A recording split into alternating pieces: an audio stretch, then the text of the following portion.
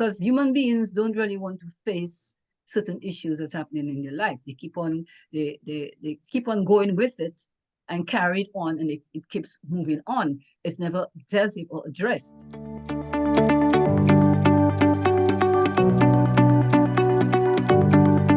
Hey, this is Matt Helton with OneTrust Home Loans, your reverse and retirement mortgage expert, and you have found the Serving Senior podcast. Now, this is the podcast where we highlight those businesses and those professionals that are helping seniors not just get by, not just survive, but thrive in their retirement. And today we have another one of those amazing individuals. We have Miss Rosalind Severin McClean, and she's the author of Oceans of Thought. And it's a book of poetry, but it's written about her experiences and her thoughts through in the Caribbean, and it helps people from young adolescents all the way up to seniors. And today she's going to highlight how what she does is serving seniors at such a high level.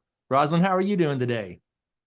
Thank you, Matt. I'm delighted to be on your show today. Yes, And ma'am. yes, it's a pleasure. Well, And thanks glad to for see the you. warm invitation, Yes, ma'am. You're so introduction. welcome. You're so Yes, welcome. yes. Well, tell me this. How are you? How's the family? What's going on with you these days? Yeah, we're doing well. We're in New York. It's a beautiful day today compared to yesterday, which was also beautiful, but it rained the whole time, the whole day Yes, yesterday. ma'am.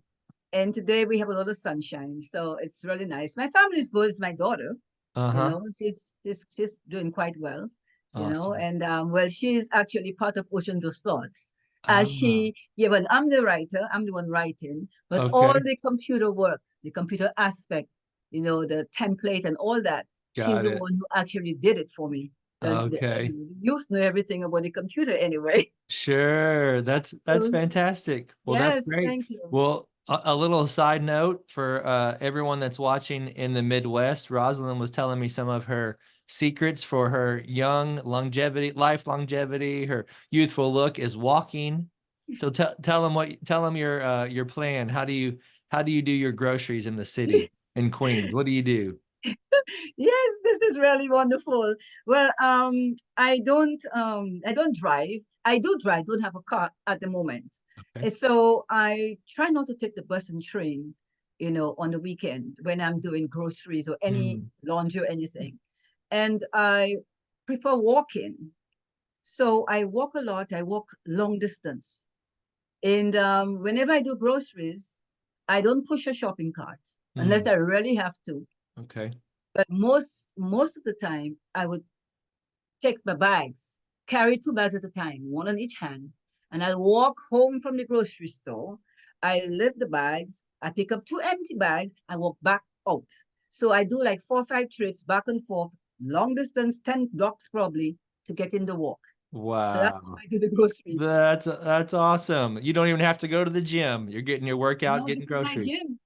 This is although I go to the gym whenever necessary, possible, Yeah. but I walk. I do the walk and I do dance exercise while I'm walking. Throw the hands up, move my hands and stuff to help move the Yeah. muscles. So that really it helps to keep you going, keep you Keep you young, active. keep you Yep. active, help the blood flow.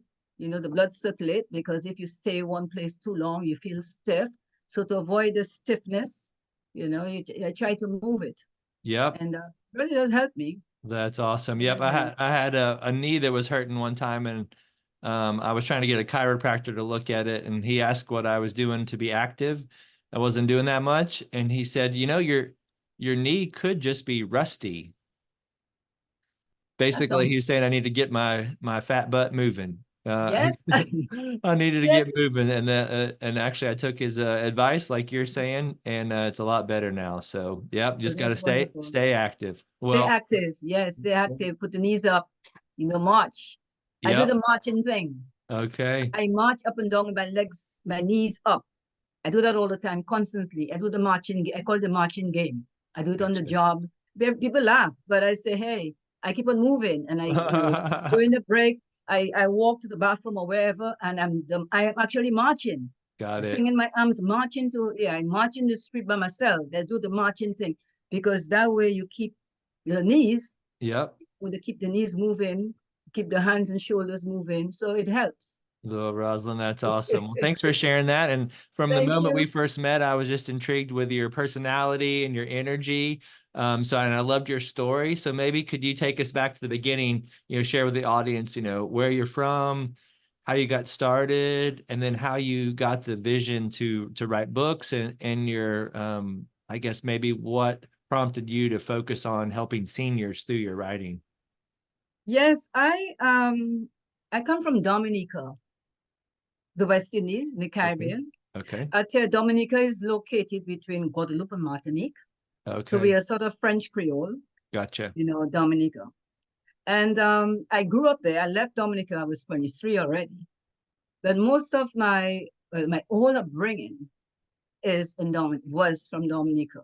Got it. I live with my parents and my sisters up in the suburb kind of area. And I went to school at home and I worked before I came up to the States.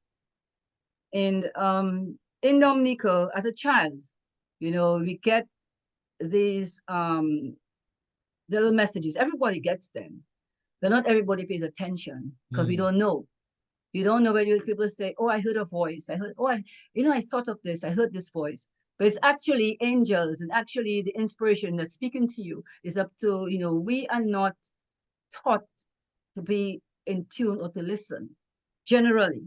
Mm. And yes, since pretty young, as a child, I would always have these little voices, and inspirations, thoughts, and I would write a little notes. And sometimes people look at you like something's wrong with you when you say, "Oh, this," but no, nothing is wrong with you. It's an inspiration, it's a calling. Mm. Sometimes we all do have the calling. Some have it more than others, but some don't pay attention. I didn't pay attention, but as I got a little older, and I realized I had all this work, all this writing I was doing, and I'm writing about my life experiences, things that happened with me, and realizing that it's happening with me and other people. Mm. So it's not only me alone, but I realized that the way the messages were coming and the inspiration was flowing, it's like I'm a messenger. Mm. And I've been this way all through my life, but not paying attention to it. So later, as time went on, because I'm right now I'm a senior, so as time went on, I'm writing, I'm looking over what I'm writing, I realized the messages are just all the same. It's coming from a pattern. And because of this, I decided to start really focusing on trying to get my work out. My daughter is the one who said, "Why don't I write a book?" She said, "You have all this work here. What are you doing with it?" You have all this work piled because I'm writing poetry all the time. Okay. And this is how the messages are coming. It's not coming like a regular autobiography that you read in the store, the novel style. It's coming through this channel. It's channeling through a different way. It's processing a different way. And I say, well, nobody's going to read poetry because it's just poetry. But it's not just poetry, they're messages.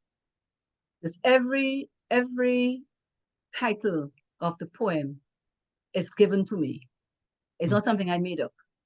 Although it's about my life experiences, and someone will say, "Oh, that's about you." Yes, but the way the book is coming is not through me. It's coming through me, not from me. Mm. If you understand that, Yep. So, because when I wrote a piece for seniors, and it like when I did the open mic there with them, the seniors had already researched me. They knew everything from that project I did on the seniors, and they're able to research this work for the question and answers. And I was quite surprised that they really gravitated to this work because you don't know until you are there and you're experiencing it with them. But back to Dominica, my dad was a very big influence on my writing. As I got older, I began to realize how that influence was because he always encouraged me in his own way. Like he would tell me, don't worry about certain things. Don't listen to certain things. Like, some things happen, I say, oh, that is so and so, and he'll tell me, oh, don't worry about that. And then I start writing. So when I write and I would recite to him or read to him, he'll be the one correcting me. So when your dad, well, your parent, will be correcting you, your pronunciation, your sentence construction, that means that they're interested in what that part and that project in your life. So it makes you want to move further into it. So that's one of the things I've said I could use as an influence for my poetry, my writing. I had no idea, absolutely no idea, that it would take off in the world like this. Because I said I took a chance. Oceans of Thoughts, book one was taking a chance.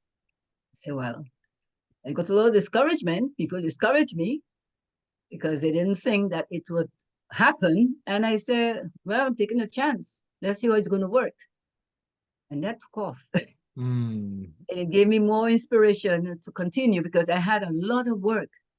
I still have a lot of work left that to go in for another book, another 2-3 books. I had a lot of work, and people who I knew and knew about my lifestyle, life experiences, wanted me to keep on writing. What about the band? Because I used to be in a band. I was in I think I mentioned that to you, I was in an all-girl band as a teenager. So people wanted to know about the band, wanted me to write it. Those who knew and had read some of my work before wanted me to put it in a book. So it was like driven, I must put it in the book, and book took him out. So there's a lot of, it's an inspirational word. You get messages just about through anything. A lot comes through sleep. A lot comes through the silence. You could be sitting silently in your home anytime, or anywhere in the park. And then it's up to you to be obedient and to listen. Listen to the silence. Listen to what comes in the silence. And it happened. It took me a long time, to really accept that I was that way. That people were like, people make fun of you if you speak about it, when I was much younger, they say, oh, what are you talking about? What's this? What's that? But after a while, I realized I meditate too. I do a lot of meditation. I used to do a lot of meditation. Okay. I did that for years. So if all that channeling and transcending and using the higher energies, higher inspiration, because it comes in all forms, but you have to hit the higher level. That's awesome. That is so cool. Well, Rosalind, maybe you could share with us what some of your superpowers are, and maybe how you use some of those superpowers to channel those messages to seniors, or maybe even talk about other people that work with seniors directly, how they could maybe use some of your messages to serve their seniors at a higher level. I like the way you put it, superpowers. Superpowers. I'm trying to figure out what you mean by superpowers. If it's that you're talking about just the work that comes through me. Sure. There's no superpower. Everybody has the same energy. It's a matter of how you interpret it and how you use it. Right. You have to channel your inspiration and use it to benefit others. Because it's not selfish. It's not given to you to keep. It's given to you to transcend to others. And that's maybe a big mistake many people maybe having, that they want to keep whatever inspiration they get for themselves. It doesn't work that way. The more you share the knowledge, is the better. The more you get from the same place it comes. A lot of it comes through, as I mentioned, the quiet, the meditation, the dreams. A lot of them, because dreams are stories that telling you stories. And another thing that I always say, when you get a message, you don't try to change it to make it sound like what society might want to hear. And that is a big factor with Oceans of Thoughts, because I write it straight. And I think that, it's sort of like this eyes, and people are shocked at the way the work is presented. Okay. You know, I use a lot of, I refer a lot to the Bible too. Sometimes like when I wrote the passage for the seniors, I had this experience. As I mentioned, my work comes through my experiences, Mm-hmm. you know, and we have a lot of, I write on social issues. I write on current affairs, what happens in families. That's always brushed under the table, under the carpet.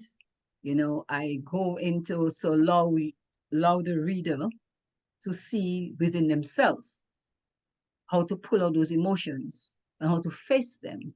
Because human beings don't really want to face certain issues that's happening in their life. They keep on going with it and carry it on, and it keeps moving on. It's never dealt with or addressed. A lot of times they go to the professionals, and they're still not resolving the situation. They go to the professionals, yeah, and they get all professional help, yeah. But the situation is still there deep inside, and they're not pulling it out. Mm-hmm. And Oceans of Thoughts help you to see that. That's great. Kind of like they focus on the outward symptom, but they don't focus on the inward cause, like modern medicine, right? It's always to cover up what we see on the outside, but still we got to fix what's on the inside that's causing. Yeah. Yes, we live under an umbrella. The umbrella. Mm-hmm. And everybody says the umbrella, but actually what's holding it up, no one wants to face it. Mm-hmm. No one wants to face the bully in them, the silent bully that's within man. No man wants to face it. Wow. And when it is pointed out to man or woman, CEO or doctor, whoever the person is, they're in denial. They shy away from that truth and get defensive and are in denial. Mm-hmm. Because they feel that they cannot be caught in the silent bully. Wow. Oceans of Thoughts speaks on that. That's an experience. Yeah, we speak on that. There's another, as I mentioned, the current affairs and social issues within family. It happens in all families. There's no exemption. Yet it is never addressed. It's addressed superficially, of course, they go to but the actual root is never addressed. But Oceans of Thoughts will let you see it. Wow. I've had other inspirational poetry on divorce. I have one on divorce, and it will take you on a roller coaster. You really have to pay attention to what's in my work to really see and it will hit you. When I wrote on the one on divorce, I was talking about what happened with me and my daughter. She was 6 years old. And I wrote on the effects of a divorce, a 6-year-old. And this came to me that vision came to me like day, like the sun in the sky. I just knew I had to write it. It kept coming, and it kept coming until I'm done with it. Everything that's in there it was sent to me. Wow. Everything that's in that one. And I always say that particular book was like a gift because everything was just so that glass. I could see right through it. When I wrote that one and I called my daughter, I said, I read it for her. I said, Malty. Her name is Malty. So I said, listen to this one. And I started reading. She told me, who's that about? I said, what do you think? That's about me. I said, yes. So yes, it's about you. Okay, that's great. Because I just knew I had to write this experience because what happens to me because she's with me. And I wrote this experience and that hit home for just about everybody. Wow. Everybody was like gravitating to this particular one. That's unreal. I also wrote on grief. Book one has my sister who had passed. And I wrote a whole series of poetry on that experience, transition, and just about everything.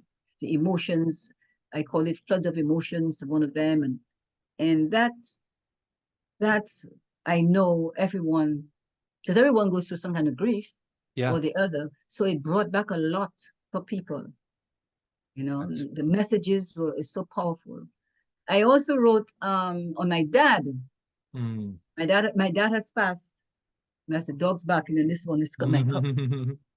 Yeah, my dad has passed away already, you know, because he's older. And I wrote a whole series on him, on his life, you know, and That's amazing. Yeah, he that's was in the great. Second World War. Okay. So Awesome. this brought a lot of emotions out with people and the way he was and his work in government. So I wrote a whole series on him and how he brought us to where we live in Dominica at the time. And I wrote about the area because it's a place called Santa Roma.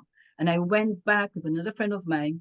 We did research and we were researching the area and we found the information we wanted. In 1700s. I went all the way back to 1600 because I had to find the root of where we live. Wow. Because people get confused of the area. And I got the information in French. So I had to have it translated. And that made a big impact for book 3. Huge impact on book 3. That's awesome. You know? That is so cool. That is so cool. Ross, maybe you could share, because a lot of our listeners in some form or fashion touch the senior industry. So they work with seniors, they quote unquote serve seniors. So, as you know, getting along with people in life and having a really good perspective, a lot of it is not just thinking you're always right, but seeing the other person's side or being able to move to the other side of the table and seeing something from their perspective. So maybe could you share to our audience that works with seniors, maybe some epiphanies or maybe some thoughts you have from the senior side, being that you are in that demographic, but also you write to that demographic, maybe some things they haven't thought of, or maybe some ideas that could really help them go deeper with the seniors they serve, because our goal is to make seniors to have a fantastic retirement. If you could speak on that, would be great. Sure, definitely. The first thing I would look at is having a certain respect for the seniors. In this modern day, you'd find, well, from my experience, that the youth of today, and not only the youth, people generally, they seem to have lost that respect for the seniors.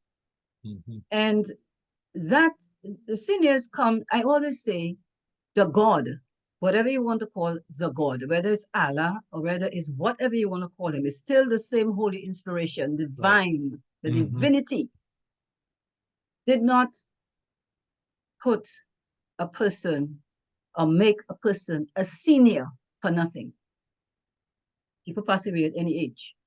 But when you're a senior, you reach that ripen age, or ripe in, because you're still ripen age of the senior.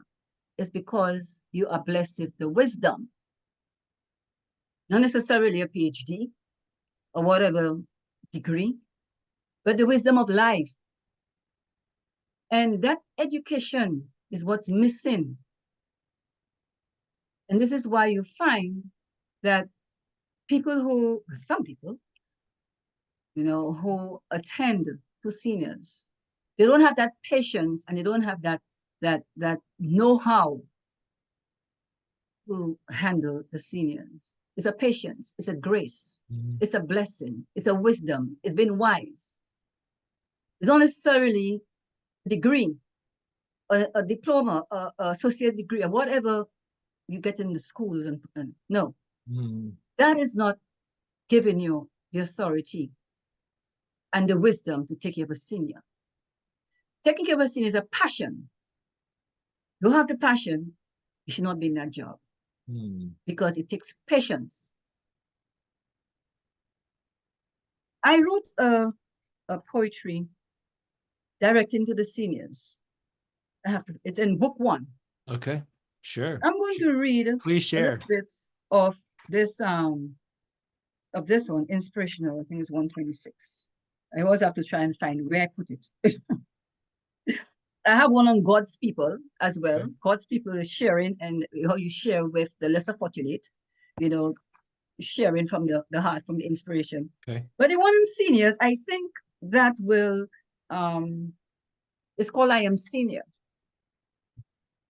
But before I write a poem, I always have a preface as to my center before I take this up. Okay. And again, the preface don't come from me, it just comes through me. Okay? It's a situation that happened with me, to me, or at me, because that's how they talk. They say something at you. And being a senior, I did not take that so lightly because it was too much disrespect. And this is what happens. And those who are employed to take care of these seniors, these delicate people, because you know, they have dementia, there's all kinds of things that seniors get, you know, beyond our control, you know.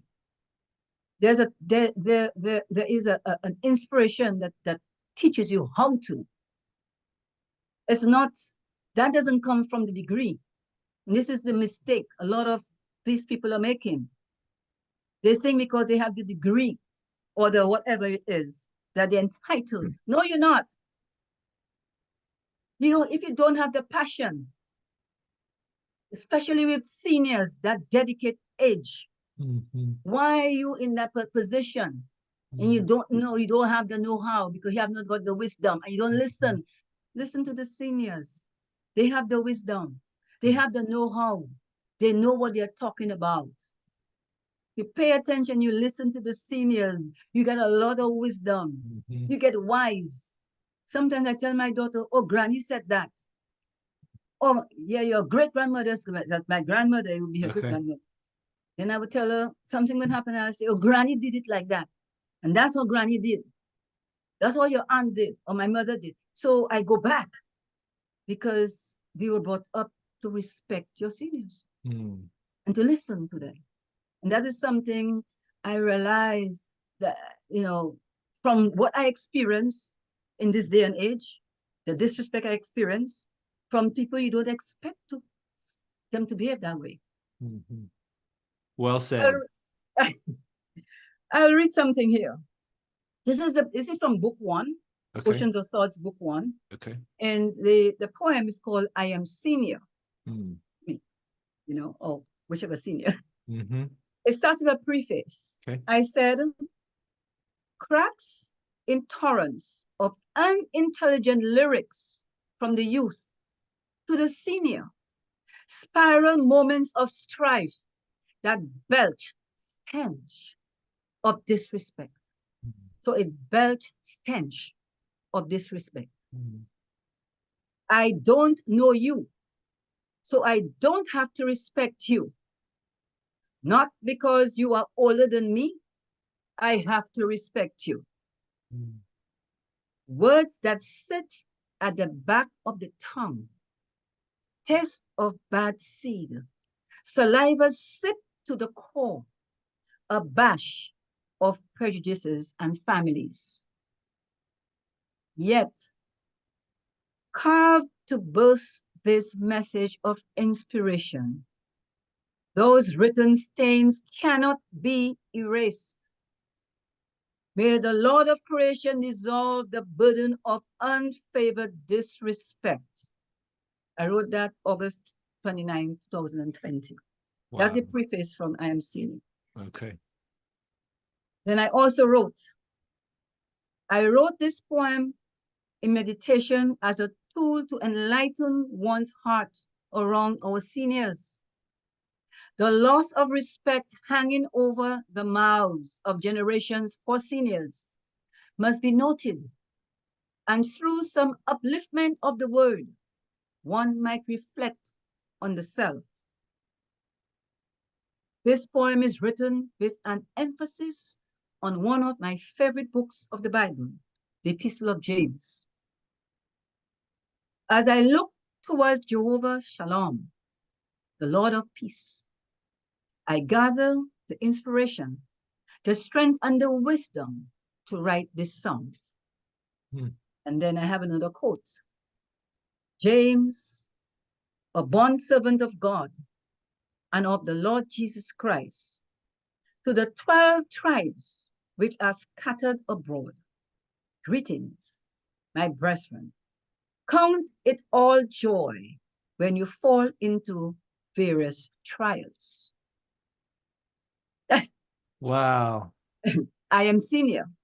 That's great. Now I'm going to read the poem. Yep. I am senior. Okay. Because I prepare you to accept my work with sometimes I put prayers, sort of the way I put the prayers, I give you affirmations that would relate to what I'm writing, the experience. Now, this is my experience now. And my experience relate to your mom's experience. I'm 69 this year. So my experience would relate to another person's senior's experience because they go through the same thing, yet then it's not spoken. Some people take it in, some people react different or whatever. Makes sense. So I am senior. I am senior. I am family. I am senior. I am a relative. I am senior. I'm a gift. I am senior. Every good gift and every perfect gift is from above and comes down from the Father of lights, with whom there is no variation or shadow of turning. That's James 1:17. I am senior. I am family. I am senior. I am a relative. I am senior. I am an inspiration. I am senior. If anyone among you thinks he's religious and does not bridle his tongue, but deceives his own heart, this one's religion is useless. James 1:26. I am senior. I am family. I am senior. I'm a relative. I am senior. I am inspired. I am senior. And the tongue is a fire, a world of iniquity. The tongue is so set among all members that it defiles the whole body and sets on fire the course of nature, and it is set on fire by hell. James 3:6. I am senior. I am family. I am senior. I am a relative. I am senior. I am an observer. I am senior. But no man can tame the tongue. It is an unruly evil, full of deadly poison. With it, we bless our Father, the God and Father. And with it, we curse men who have been made in the similitude of God. James 3:8-9. I am senior. I am family. I am senior. I am a relative. I am senior. I am respected. I am senior. Out of the same mouth proceed blessings and cursing. My brethren, these things ought not to be so. James 3:10. I am senior. I am family. I am senior. I am a relative. I am senior. I am wise. I am senior. Can a fig tree, my brethren, bear olives? Or grapevine bear figs? Thus, no spring yields both salt water and fresh. I am senior. I am family. I am senior. I am a relative. I am a relative. I am senior. I am wisdom. I am senior. But the wisdom that is from above is first pure, then peaceable, gentle, willing to yield, full of mercy and good fruits, without partiality and without hypocrisy. I am senior. I am family. I am senior. I am a relative. I am senior. I am that. I am senior. I am that. Peace. The greatest own. Peace. Written, Rosalind Severin McClean, August 27, 2020. Oceans of Thoughts. Awesome. Well, thank you so much for sharing. That was amazing. Thank you so much as well. That was amazing. Yes, thank you. Well, wow. Rosalind, I think that's a great way to wrap this thing up. I can't put a better bow on it than that. Maybe just share with people, how can they follow you? How can they find your work? How could they get a hold of your what you're doing and how you're serving the world? Oceans of Thoughts is available on the 3 books. It's Oceans of Thoughts Book 1, Oceans of Thoughts Book 2, which is the blue book, and Oceans of Thoughts Book 3. Okay, they're available on Amazon.com or anywhere, if they're Amazon.uk, Amazon.ca, but Amazon. And they're also available on Barnes & Noble. Also, I had them on Ingram Spark for hopefully libraries and schools and institutions may want to buy in bulk. You know, Ingram Spark. Oceans of Thoughts is definitely a healing, self-healing, passionable material. It's inspirational. It's motivating. It's influential. You know, so Oceans of Thoughts is definitely self-healing. Many have gravitated to the work, and it's like life-changing because it's different. I know it's different. Anything coming from the holy inspiration, from the infinite, from the nothingness, you know, anything coming from that higher source is different. It's up to man to want to accept. And I had to actually bow to accept it, to keep the knowledge and accept it, because it's not easy to be always rejected because it's not the norm. It's not the norm. And it took me many years to actually start speaking out and speaking of that part of my life, you know. And I am just hoping that the teachers, you know, the schools, the teachers, the teenagers, high schools, you know, colleges, professors, or whoever would pick up Oceans of Thoughts. That can be used as recommended reading for literature and social studies. Actually, be used in curriculums of schools, because actually the books are placed at the University of the West Indies. Okay. You know, and well, the librarian took it, and I'm just thrilled. That's huge for me and Oceans of Thoughts that they've accepted it in the university for whatever project that they're doing, and whatever it is they're doing, doesn't matter. They are at the university and they can be used.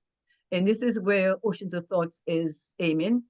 I am hoping that senior centers and senior citizens and those who are in charge of senior centers can gravitate and can purchase, well, they have to purchase the books. They book 1, because and use it in their training. They need to be able to use Oceans of Thoughts in their training, you know, because it's what's in there is not taught in any university. The universities are not teaching inner self peace. They're teaching other things, yes, which is needed for life, yes. Everyone has a degree, whatever it is that they have, for their positions in life, and so yes, so that is accepted. But that part, I always say, it can't be taught, because No, who is going to teach you the inspiration of the Holy Spirit? I mean, it's a different. It's different. It just happened to Mhm. be different. I have read many books and I haven't seen this in the books. Wow, I that's guess is the way. I think it's the way I have written it. Is the way the message is channeled through it because the way I wrote this, I haven't seen it anywhere hmm because I've looked to see. Well, maybe someone will say. People have asked me. I've had several interviews where I've been asked, who am I following? And I'm very baffled at why people would think I'm following anybody. They're asking me, who? And I'm like, why you ask me who I'm supposed to be following? hmm I've they asked me about certain poets and thing, and I don't even know who they are, Yeah. you know. So yeah. But anyway, I hope that my work reaches far and wide. It is far and wide, and people really do gravitate to Oceans of Thoughts. hmm And when they read Oceans of Thoughts, I would ask them please to leave reviews on Amazon and Barnes and Noble, on Goodreads, because there's people do reviews there. hmm And yes, I appreciate this conversation. Yes, ma'am. Yeah. Same here, Rosalind. I wanted to say that hopefully everyone watching that has the same impression that I have, which is one, inspiration to listen to those thoughts. A lot of us, if they're like me, think of it as like, your mind's playing tricks on you, your mind's running around. But, I've been inspired by you to listen to those thoughts as inspiration from a higher power that maybe I need to do something. And I just want to let you know you're inspiring that you didn't just listen, but you actually took action. And your action is not just for you to benefit, but to actually serve and help others. So I just want to let Yes. you know that that's fantastic and very inspiring. And I hope everyone listening gets the same inspiration from this conversation that I did. So I just want to, welcome you to our community and also thank you so much for sharing this awesome message and all that you do. Thank you so much. I really appreciate this, and I really give my all to those who are listening and who are not listening, because Yep. the message is going to keep on moving. And I Yep. always say yes, because you will know about it, you will tell somebody else, and that's how it spreads. And I really want the work to spread, because that's what the mission is for. It's for healing the inner self, the inner Wow. self, Yep. the heart, the inner spirit of man. This is what it's all about. I mean, no one is perfect, neither am I. Right. But I know I have a mission to fulfill and a purpose. And that's what I am on the mission to do, That's so to try cool. and help, someone way or the Yep. other. Yeah. We're all out there learning, reading books, going to school, going to college, which is educating the mind. The mind, but Yeah, not the inner self, not the spirit. And that is, exactly. But yeah. now you're focusing on serving the heart and getting to the heart of the matter and healing those people. So Yes. we need more healing out there, and you're amazing at it. So thank you so, so much and appreciate your I time. appreciate it. I appreciate Yes, your time as ma'am. well. Thank you so Okay, much. thank you. Yes, ma'am. And thank you for watching the Serving Senior podcast, where we've had Miss Rosalind talk about how she's serving seniors and the overall humanity at such a high level. So please make sure you follow our podcast, you subscribe, continue to watch, and be looking for the next episode. Thanks again. Have a great day. Thank you. Have a great See day. you, Rosalind. Bye-bye. Hey, this is Matt Helton with OneTrust Home Loans, home of Retirement Mortgage Solutions. And we really do appreciate you checking out the Serving Seniors podcast today. Now, please go to the description down in the body of the podcast where you can subscribe to get future shows. Please click that notification button so you get notified when other shows drop. And also, if you can go to servingseniourspodcast.com, and we'd love to hear a comment about our show. We have a heart to serve seniors, and we have a heart to make sure seniors don't just survive retirement, don't just get by in retirement. We want to show seniors how to thrive in retirement. So if you know of anyone that's 55 and older that could use some extra cash flow, maybe the retirement's not going the way that they like, our retirement mortgage solutions are designed for folks, depending on the state, they're either 55 or 62 and older to make sure that they have that kind of retirement that they want. As long as they own a home and they're in a good equity position, there could be some solutions that they may not have thought about, or maybe they've thought of and they just didn't know how they work. That's what we do. So anyone in that age group that could use some mortgage advice, my team and I would love to be able to help them. Thanks again, and look forward to seeing you on the next show. Have a great day.